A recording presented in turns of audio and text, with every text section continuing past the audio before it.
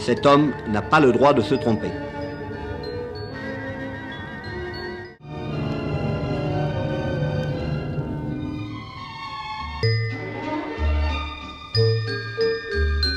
Village endormi sous le soleil, non, village déserté à 7 heures par ses habitants, tous vignerons, partis vendangés. Ce village est Chusclan qui n'a pas changé d'apparence ni d'activité depuis Louis XIV.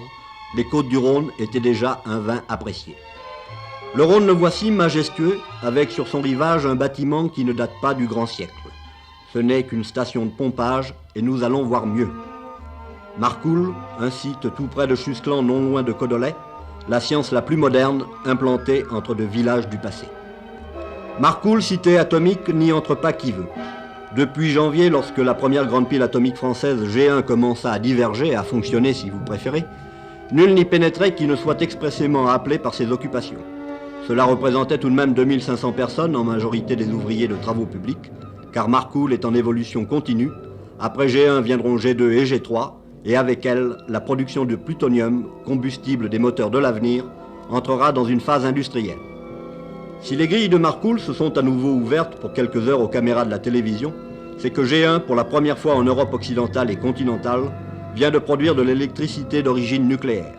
Cela, l'édition nationale du journal télévisé vous l'a déjà appris et illustré, trop récemment pour que nous nous y attardions, sinon tout de même pour en situer l'importance régionale.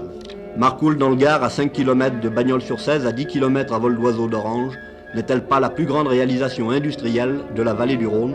50 milliards pour parler chiffres. Et G1, dont l'image vous est désormais familière, est le premier témoignage de cette réalisation. On l'approche avec un certain respect, vous l'avez vu, et pour cause, 100 tonnes d'uranium divisées en plus de 2000 bars y sont soumises à la mystérieuse alchimie de la réaction en chaîne.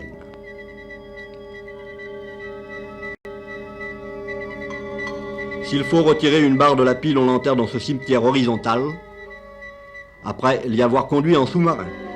Terme de métier, argot atomique. Tout un arsenal de cadrans d'appareils enregistreurs assure l'essentiel de la surveillance. Sous son aspect débonnaire, G1 dégage 30 000 et bientôt 40 000 kW chaleur. Cet homme n'a pas le droit de se tromper.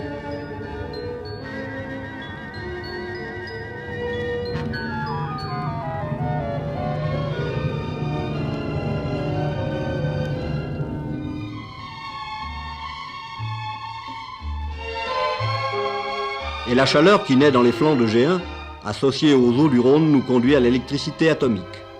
Car les 2500 mètres cubes d'air qui refroidissent quotidiennement la pile, en s'échauffant eux-mêmes bien entendu, n'iront pas se perdre dans le ciel gardois.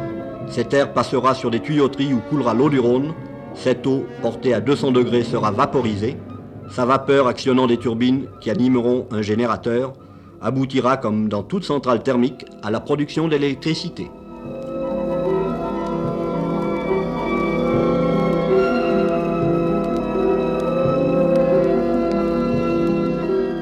Production modeste, les 5000 kW ne suffiront même pas au fonctionnement de G1.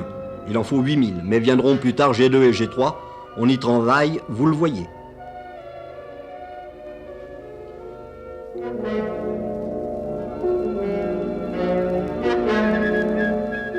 G2 et G3, qui s'inscriront dans ces carcasses métalliques, et bien que consacrées elles aussi au plutonium, permettront la récupération de 50 000 kW d'électricité distribuée sur le réseau général. La première électricité d'origine nucléaire est née dans le Midi. Elle partira aussi du Midi.